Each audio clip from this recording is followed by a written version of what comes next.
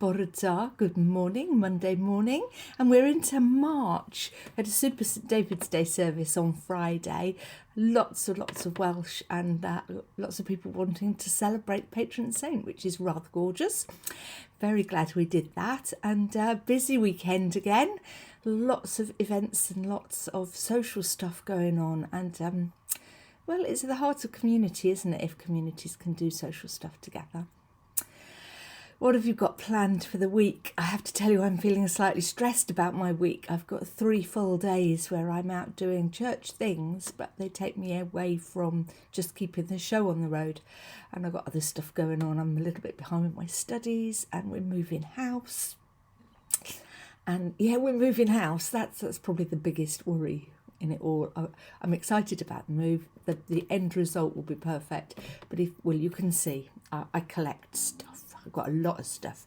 Our whole house is full. And we're moving to somewhere smaller. And I think, oh, anyway, that's all kind of niggling around in me. And so this Just 5 Minutes today is just for me. Because I need to learn and need to remind myself how to only worry about what I can worry about today. And to, I know the other stuff is still there, but we can only do what today has to offer, can't we? And if we try and achieve things that need 2 days in one day, then we just end up feeling disappointed and disheartened, and we've set ourselves a challenge that we're just not capable of, and nor would anybody else be. And then we think, oh, well, what's the point then if I can't manage to do it all? And I'm giving myself my daily reminder to set achievable tasks and to do things in God's strength, not my own. And it's possible that you need to hear some of that too. If you don't, then please will you help me?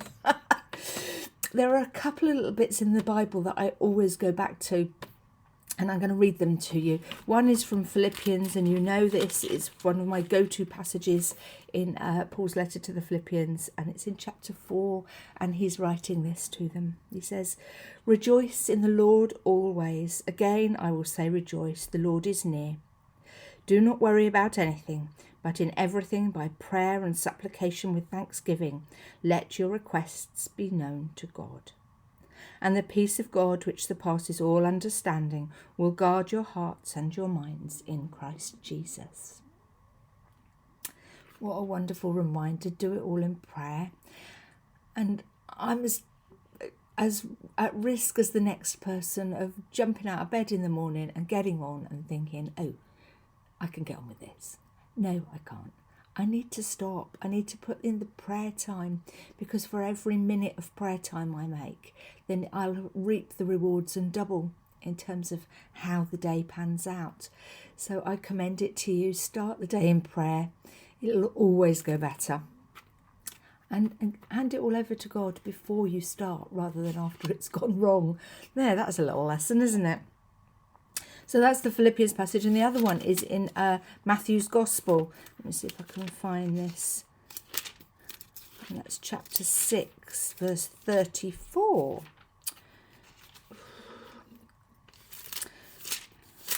Here we go. And here we go. This is this is Jesus talking, and it's in a whole section called "Do Not Worry." But there is this particular line where he says in chapter 6, verse 34, "So do not worry about tomorrow, for tomorrow will bring worries of its own.